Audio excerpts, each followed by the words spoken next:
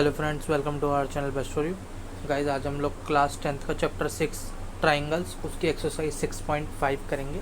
तो 6.5 का first question start करते हैं। देखिए गाइस, यहाँ पे फर्स्ट क्वेश्चन में ना हमको 4 पार्ट दे रखे हैं क्वेश्चन के। और गाइस, इसमें क्वेश्चन में हमको पढ़ के पूरी स्टेटमेंट में जब हमने पढ़ा तो हमको पता चला कि यहाँ पे हमसे पूछा गया है ये इन चारों में से ना हमको ये दिखाना है। देखिए हमको क्या दे रखा है यहाँ पे क्वेश्चन के अंदर, हमको ना सिर्फ साइड्स दे रखे हैं। हमको क्वेश्चन के अंदर सिर्फ साइड्स दे रखे हैं और इन्होंने कहा है कि ये बताना है हमको कि राइट एंगल ट्राइंगल होगा या नहीं होगा। अब देखिए, राइट एंगल ट्राइंगल होने के लिए अभी हमने पाइथागोरस थ्योरम पढ़ी है, तो एक कंडीशन फुलफिल होनी चाहिए कि देखिए अगर ये हाइपोटेन्यूस है तो हाइपोटेन्यूस का स्क्वायर इक्वल होना चाहिए अदर टू साइड्स के स्क्वायर के सम के। मतलब ऐसे होना चाहिए। देखिए ए बी का square is equal to A सी का स्क्वायर मतलब इसका स्क्वायर, और बी सी का स्क्वायर मतलब इसका स्क्वायर, इसके इक्वल होना चाहिए। गाइस, अगर हम थोड़ा सा कंक्लूज़न निकालें या इसको और एक्सप्लेनेशन में देखें तो गाइस आपको ना हमेशा एक बात भी यहाँ पे पता चलेगी कि जो ये हाइपोटेन्यूस होगी इसका स्क्वायर हमेशा इन दोनों साइडों से बड़ा ही होगा। अब देखिए इसका स्क्वायर बड़ा है इन दोनों साइडों से, इंडिविजुअल साइड्सों से, जब भी तो गाइस इन दोनों को जोड़ के ये आ रही है। अगर ये छोटी होती तो इन दोनों को जोड़ के ये आती ही नहीं। इसका मतलब ये वाली साइड्स जो है हमारे पास ए बी हमारे पास बड़ी है ना। तो हमको यही ध्यान रखना है कि हमारी जो हाइपोटेन्यूस होती है वो बड़ी होती है। अब इस क्वेश्चन पे आ जाते हैं। क्वेश्चन में क्या कहा गया है? क्वेश्चन में देखिए इसके बी पार्ट में हमको दे रखा है कि हमारा जो एंगल है, हमको जो साइड्स दे रखी हैं ए और ये दे रखी है दूसरी हमको बी 8 सेंटीमीटर और तीसरी दे रखी है 6 सेंटीमीटर। देखिए आपको कुछ नहीं करना, आप ना एक नॉर्मल सा ट्राइंगल बना लीजिए। ए बी और सी, इसकी साइड्स का नाम दे दीजिए ए बी सी। तो ए दे रखी है हमको इतनी, ये बी दे रखी है 8 और सी दे रखी है 6 सेंटीमीटर। इन सब का स्क्वायर करेंगे। 3 का स्क्वायर 9, 8 का स्क्वायर 64 और 6 का स्क्वायर 36। अब देखिए जो बड़ी वाली साइड है ना उसको आपको कहाँ रखना है? इज इक्वल टू में रखना है, और अदर जो छोटी वाली साइड है उनको आपको क्या करना है? प्लस करना है। देखिए पाइथागोरस थ्योरम की तरह ही है बिल्कुल।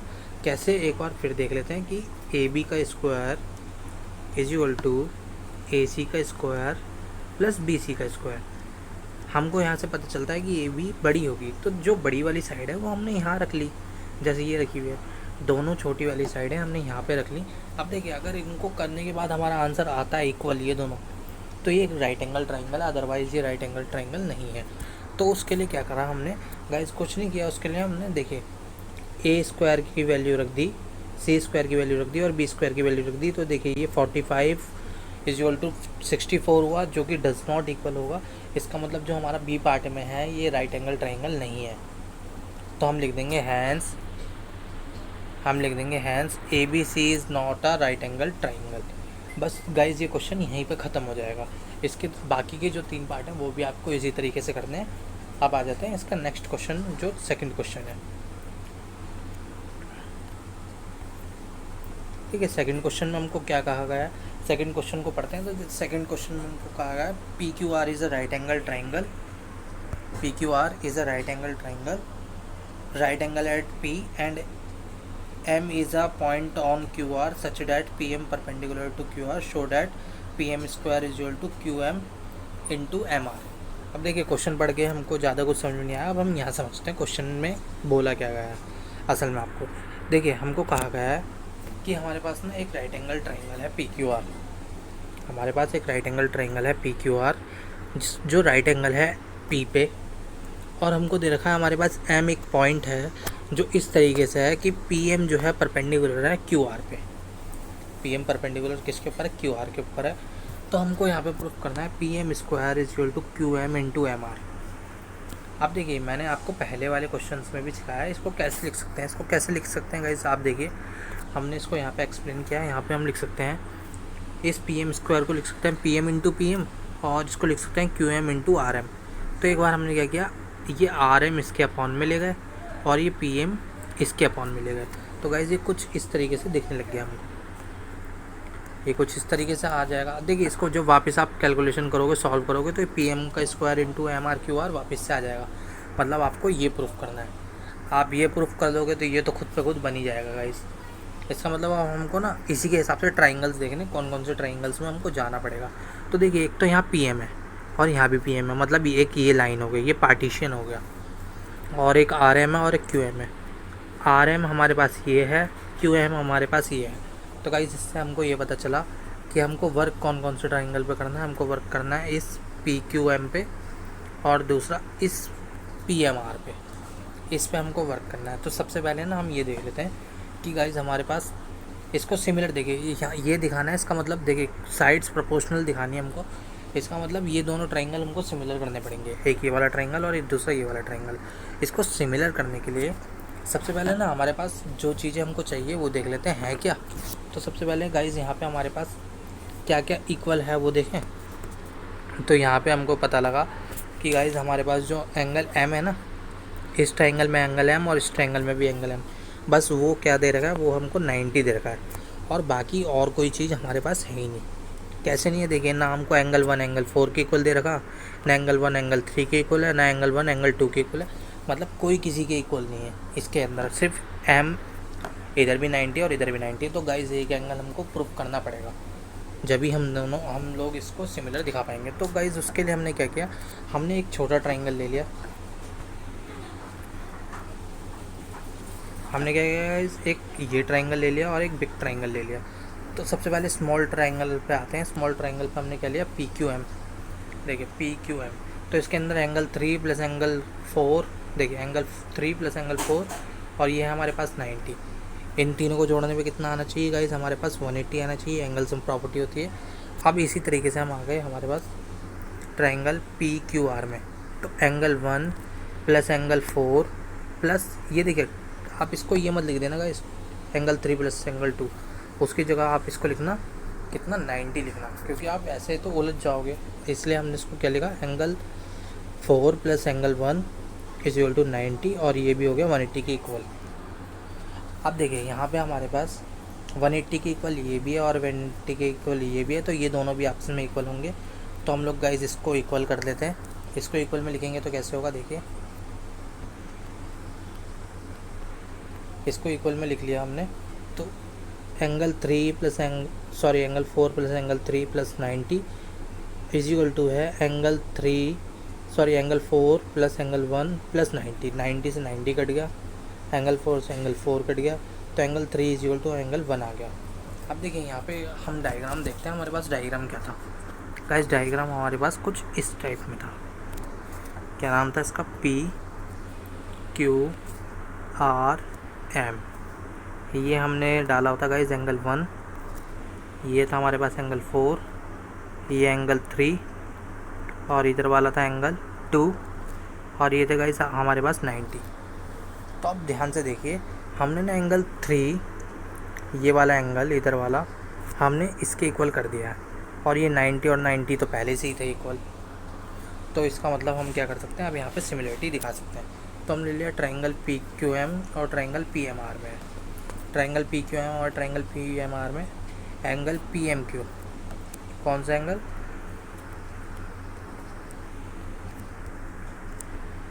देखिए angle P M Q. P M Q मतलब ये वाला एंगल, और पी एम आर मतलब ये वाला।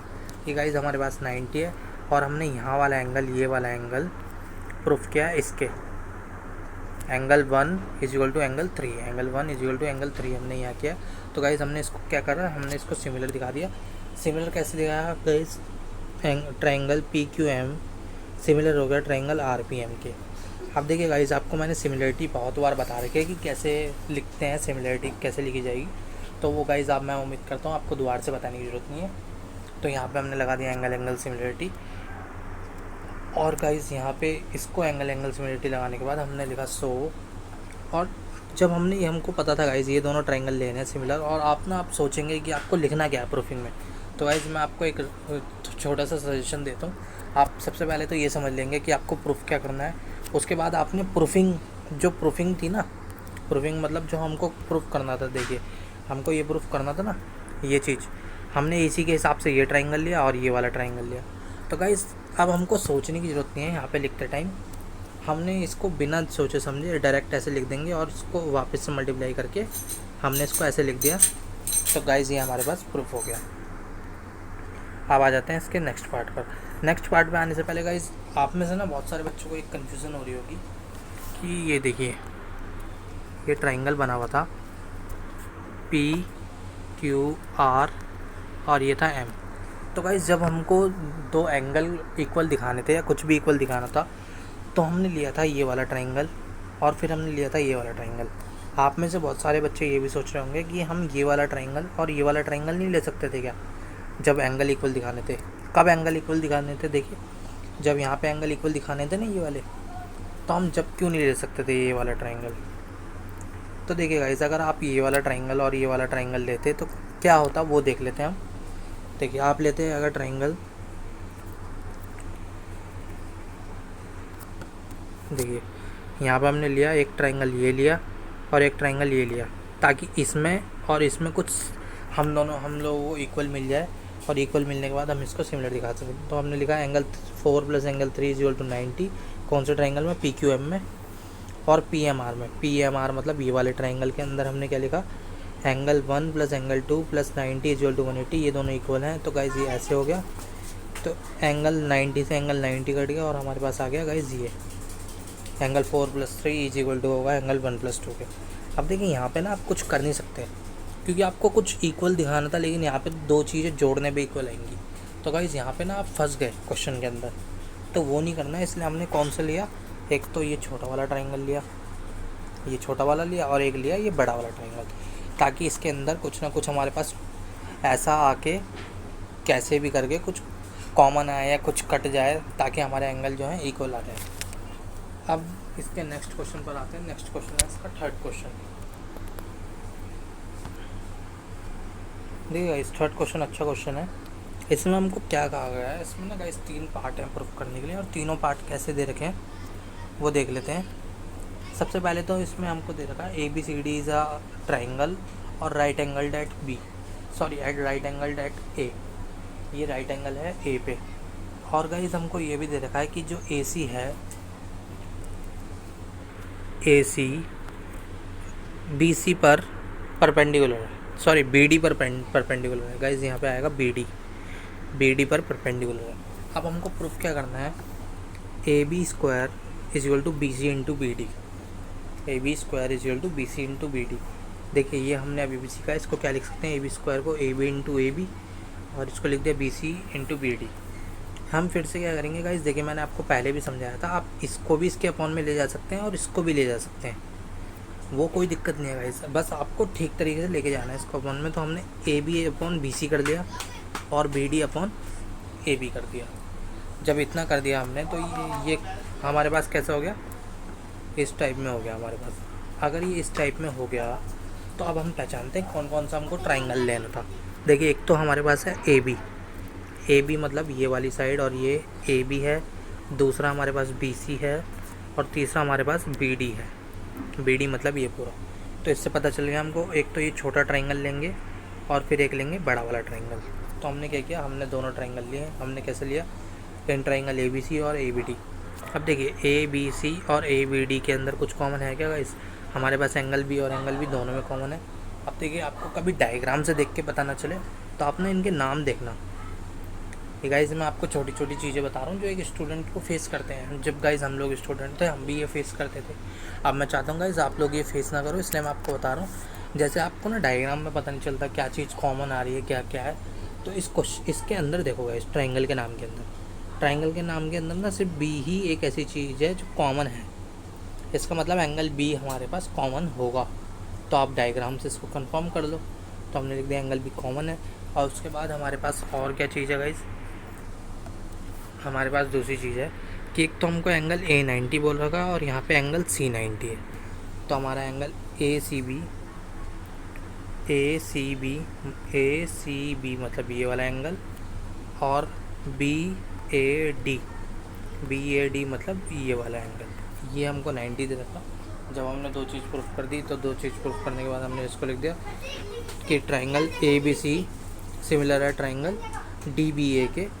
और गाइस कैसे, एंगल सिमिलरिटीज़ है। तो गाइस देखिए, मैंने आपको समझाया, अगर आपने यहाँ पे इसको सही तरीके से लिखा है और सही तरीके से ट्राइंगल लिए हैं, तो आप इसको दोनों ट्राइंगल प्रूफ करने के बाद इसको डायरेक्ट यहाँ पे देखिए, ये चीज़ है ना यहाँ ये,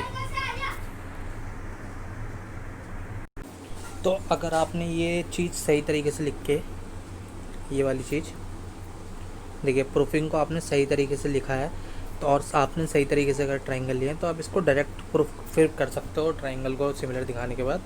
और उसके बाद गाइस आप इसको इस मल्टीप्लाई वापस से करके ऐसा लिख सकते हो, क्रॉस मल्टीप्लाई करके। अब इसका नेक्स्ट पार्ट जो है, नेक्स्ट पार्ट पर आते हैं। अब इसके नेक्स्ट पार्ट पर क्या दिया हुआ है, देखिए नेक्स्ट पार्ट पे दिया है AD square is equal to BD into BC। हमने AD स्क्वायर और AD इंटू AD लिखा, BD इंटू CD लिखा। अब हमने CD इसके अपॉन में ले गए। पहले देखिए हम फर्स्ट वाली चीज़ अपॉन में लेके गए थे, पहले वाले क्वेश्चन में हम ये वाला अपॉन में लेके गए थे, इस बार हम सेकंड वाली पार्ट अपॉन में लेके जा रहे हैं, ताकि आपको पता चल जाए कि गाइस हम कुछ भी लेके जा सकते हैं अपॉन में। तो अब हमें करना क्या होगा, अब देखिए हमने ये चीज़ तो लिख ली, इतना लिखने के बाद अब हमको पता है कि AB देखिए एक बार हमको क्या लेना है, इस बार गाइस यहाँ पे AD आएगा, यहाँ पे गलती से हमने वो कर दिया है, तो आप इसको ठीक कर लीजिएगा। तो यहाँ पर इस बार क्या आएगा AD, तो एक बार AD क्या है, AD यहाँ पे हो गया।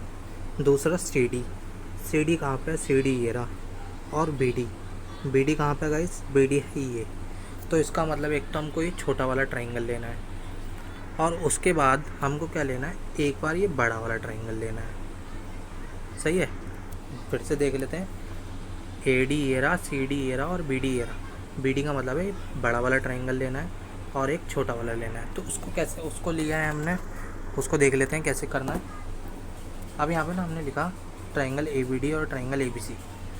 ABD और ABC में गाइज यहाँ पे देख लेते हैं, यहाँ पे ना हमारे पास क्या कॉमन है, हमारे पास गाइज एंगल D कॉमन आ रहा है हमारे पास।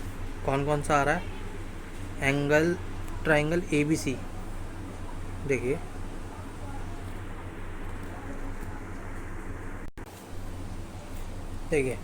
यहाँ पे ना जो आपने ABC लिखा होगा उसको भी D कर लीजिएगा, ये गलती ही हो गई है यहाँ पे। तो ये वाला ट्रायंगल था और ये वाला ट्रायंगल था, उसके अंदर देखिए D और D कॉमन है हमारे पास, D और D हमने कॉमन लिख दिया। उसके बाद क्या लिखा हमारे पास, DAB ये है हमारे पास, और दूसरा हो गया ACD मतलब ये दोनों हमको 90 दे रखे हैं, हमने 90 लिख दिया। और गाइस एंगल सिमिलरिटी लगा के हमने इस ट्रायंगल को और इस ट्रायंगल को सिमिलर दिखा दिया। यहाँ पे गाइस आपको D लिखना है, ये जो लिखा है ना ट्रायंगल ABC, इसकी जगह आपको लिखना है ट्रायंगल ABD।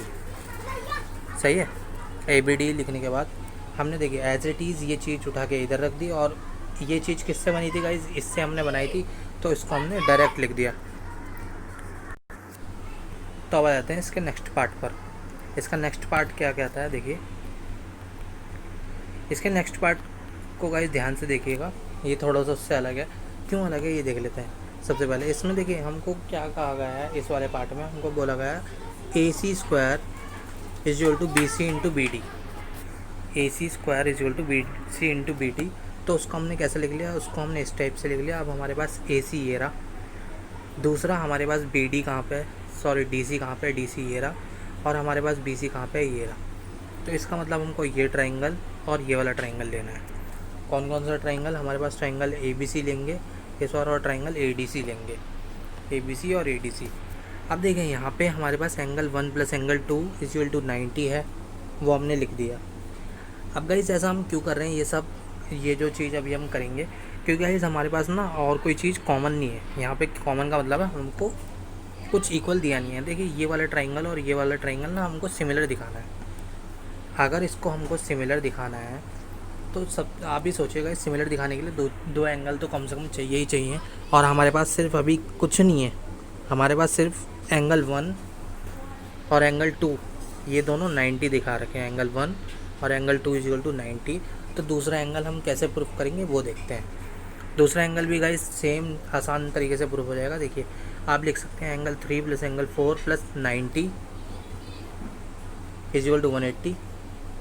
आप ये लिख सकते हैं ना, क्यों लिख सकते हैं, क्योंकि एंगल 1 जो है ना हमारे पास, एंगल 1 इज इक्वल टू हमको 90 दे रखा है गाइस यहाँ पे। तो इसके लिए हमने लिख दिया angle 3 plus angle 4 plus 90 is equal to 180। तो एंगल 3 प्लस एंगल 4 कितना आ गया हमारे पास 90, क्योंकि ये 90 इधर माइनस में आ जाएगा 180 के साथ। तो ये 90 हो जाएगा। इसी तरीके से हम लिख सकते हैं इस वाले को। देखिए अगर एंगल 4 प्लस एंगल 5 हमारे पास 90 है दोनों को जोड़ने पे। अब आप सोचेंगे ऐसा क्यों है, क्योंकि गाइस हमको ना पूरा एंगल ए जो है वो 90 दे रखा है। एंगल ए कितना दे रखा है हमको, पूरे को 90 दे रखा है। अब एंगल ए पूरा 90 है, तो उस पर कौन कौन से एंगल हमने बनाया, angle 3 plus angle 4 plus angle 5, तो इन दोनों को जोड़ने पे भी क्या आएगा 90। तो ये कुछ इस तरीके से हो गया। देखिए पहला वाला तो इस तरीके से है और दूसरा वाला इस तरीके से हो गया। 90 दोनों की इक्वल है, तो हमने इसको दोनों को इक्वल रखा, 4 से 4 कट गया और angle 3 is equal to angle आ गया 5 के। एंगल 3 जब एंगल 5 के इक्वल आ गया, तो देखिए एक तो एंगल 1 एंगल 2 के इक्वल था और एंगल 3 इक्वल आ गया एंगल 5 के। तो हमने दोनों ट्रायंगल सिमिलर दिखा दिए। सिमिलर दिखाने के बाद गाइस हमने यही साइड वापस से लिख दी और इसको गाइस हमने क्या दिखा दिया, इसको हमने A C square is equal to B C into D C दिखा दिया। अब फोर्थ क्वेश्चन पे हमको क्या दे रखा है, फोर्थ क्वेश्चन पे दे रखा है A B C is an isosceles triangle और राइट एंगल एट सी। देखिए ए बी सी एक आइसोसेलेस ट्राइंगल है, राइट एंगल एट सी, इसका मतलब A C is equal to B C होगा। A C is equal to हमको B C यहाँ से पता चल गया।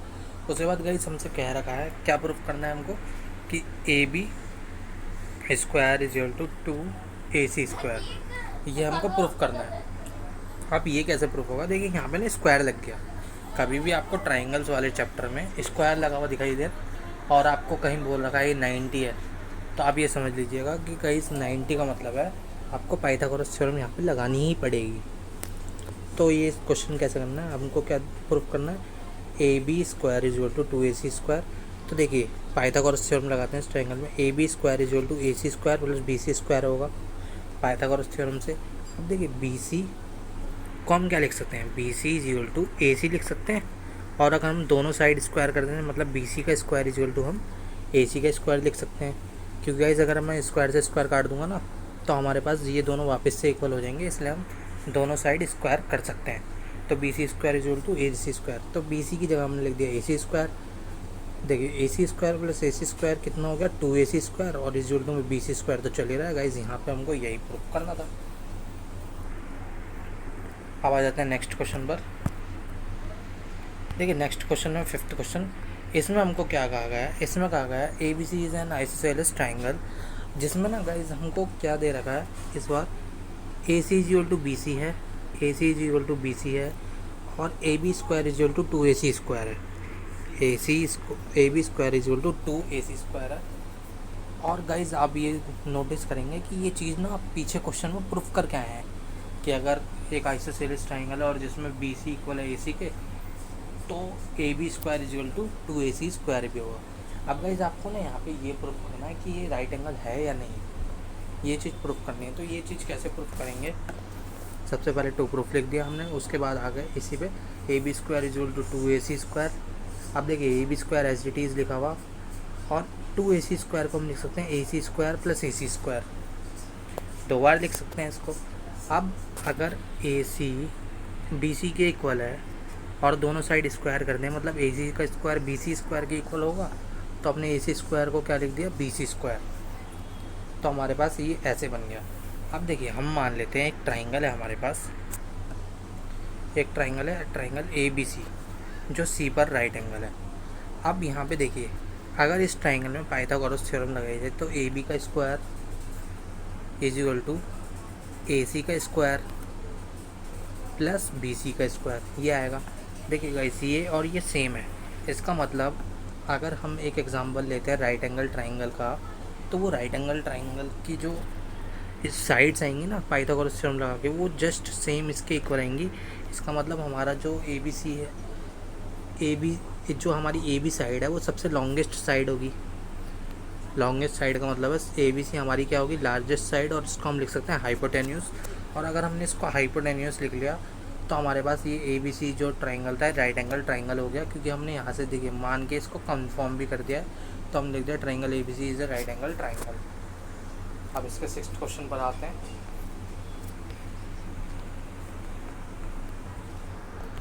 देखिए सिक्स्थ क्वेश्चन को, इसमें कहा गया है हमको कि हमारे पास ना ए बी सी एक राइट एंगल ट्राइंगल है, ये ABC एक राइट एंगल, सॉरी ABC एक हमारे पास इक्विलेटर ट्राइंगल है गाइस। इक्विलेटर ट्राइंगल वो होता है जिसकी सारी की सारी जो साइड्स होती हैं ना वो इक्वल होती हैं, और इन्होंने ना इसकी साइड्स भी दे रखे हैं। इसकी साइड्स कितने 2A, मतलब अगर ये 2A है तो ये भी 2A होगी और ये भी 2A होगी। हमको यहाँ पे इसका जो एल्टीट्यूड है ना, एल्टीट्यूड AD, ये जो एल्टीट्यूड इसका ये AD है, ये बताना है गाइस ये कितना होगा। अगर ये एल्टीट्यूड है, एल्टीट्यूड का मतलब है ये 90 भी बना रहा होगा। एल्टीट्यूड का मतलब है ये वाला एंगल यहाँ भी 90 बना रहा होगा और इस साइड भी 90 बना रहा होगा, और उस एंगल ने ये जो पूरी साइड 2A थी इसको इधर A में और इधर भी A में बांट दिया होगा। मतलब BD इक्वल टू DC हमारे पास A होंगी, मतलब इतनी A और इतनी A, जब तो दोनों को मिला के हमारे पास 2A बनेगा। तो अब गाइस कुछ नहीं करना, हमको AD निकालना है।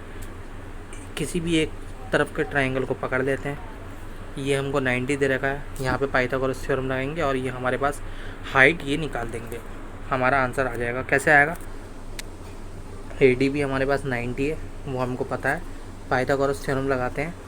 पाइथागोरस थ्योरम कैसे लगेगी? देखिए, AB का square is equal to AD का स्क्वायर प्लस BD का स्क्वायर, वो लगाया हमने। उसको लगाने के बाद गाइस क्या करेंगे, AB की वैल्यू जो है 2A है, AD की वैल्यू हमको निकालनी है और BD की वैल्यू A है। इसका जब स्क्वायर करेंगे इसका हो जाएगा 4A स्क्वायर, AD का स्क्वायर होगा AD स्क्वायर और A का स्क्वायर हो जाएगा A स्क्वायर। इस A को इस साइड ले जाएंगे तो 4A square minus A square हो जाएगा, और ये हो गया is equal to D square AD square. ये हो गया 3A स्क्वायर। अब देखिए गाइस, इसका रूट इधर चढ़ेगा तो ये अंडर रूट में 3A स्क्वायर हो जाएगा। A स्क्वायर से तो रूट हट जाएगा, तो गाइस अंडर रूट 3A आ गया हमारे पास AD।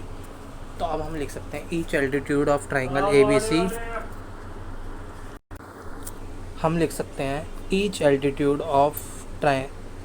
Of triangle ABC is root 3A। ये जो रूट 3A आया है ये हमारा आंसर हो गया। अब नेक्स्ट क्वेश्चन पर आ जाते हैं।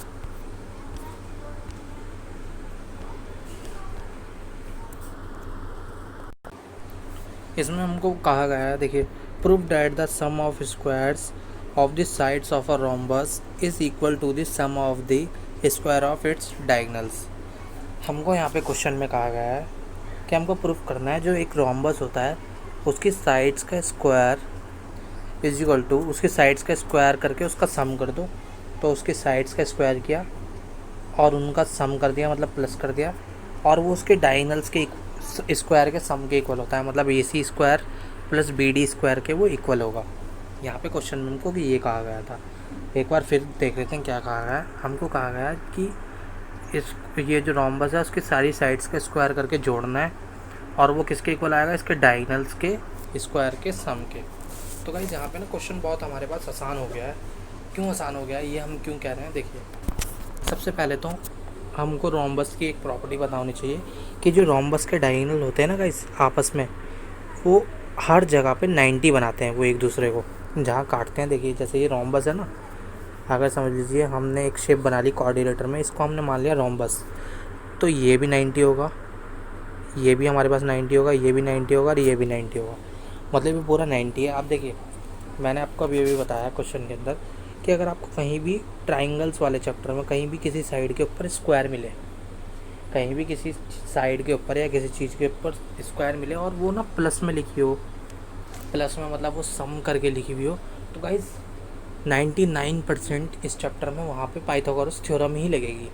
1% अलग केस हो सकता है। अलग केस कौन सा? जैसा अभी हमने देखा था गाइस थर्ड क्वेश्चन में, वहाँ पे पाइथागोरस थ्योरम नहीं लगी थी, लेकिन बाकियों में लगने के 99% चांस होंगे। तो आप एक बार कोशिश कीजिएगा वहाँ पे। तो हम यहाँ पे क्या करेंगे, हमने लिख दिया ABCD इज़ अ रोम्बस और हमने प्रूफ भी दे दिया। उसके बाद गाइस हमने एक ट्राइंगल के अंदर आते हैं, ट्राइंगल AOB के अंदर आते हैं। अब देखिए, अगर ये 90 है तो इसके जस्ट सामने वाली साइड ना हाइपोटेनियस होगी। अगर एक ट्राइंगल इधर का हमको OAB,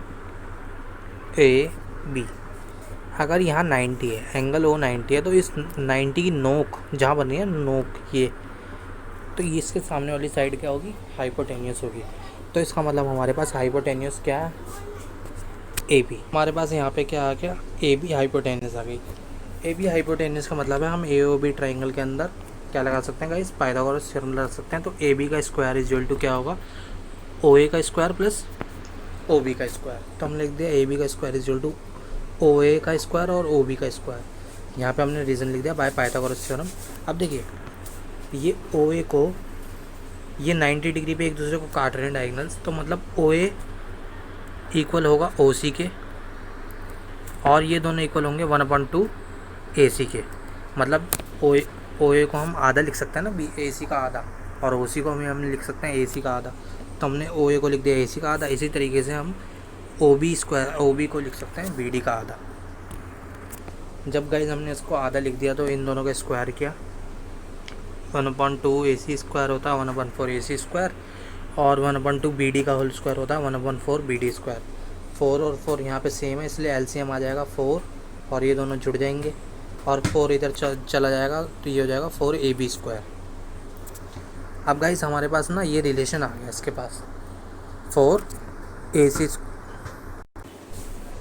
तो इसका मतलब क्या हुआ कि ये देखिए 4 और 4 हमारे पास सेम आ गए एलसीएम में, 4 की यहाँ मल्टीप्लाई हो गई तो ये हो गया 4 A B square is equal to A C square plus B D square.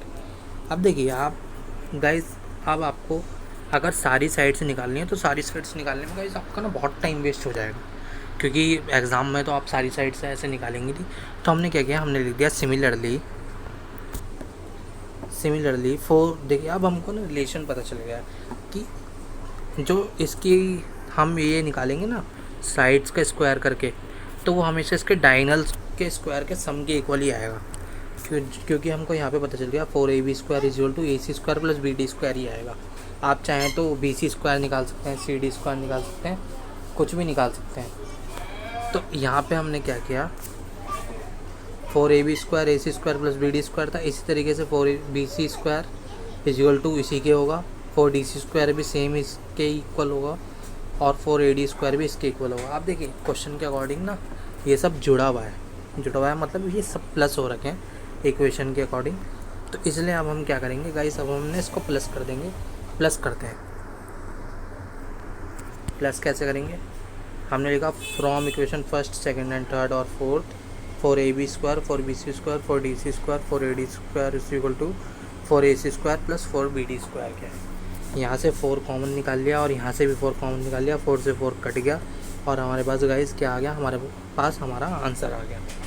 तो गाइस यही था आज की वीडियो में। मैं उम्मीद करता हूँ आपको वीडियो पसंद आई होगी। अगर आपको वीडियो पसंद आई तो वीडियो को लाइक कीजिए, चैनल को सब्सक्राइब करना ना भूलें। Thanks for watching.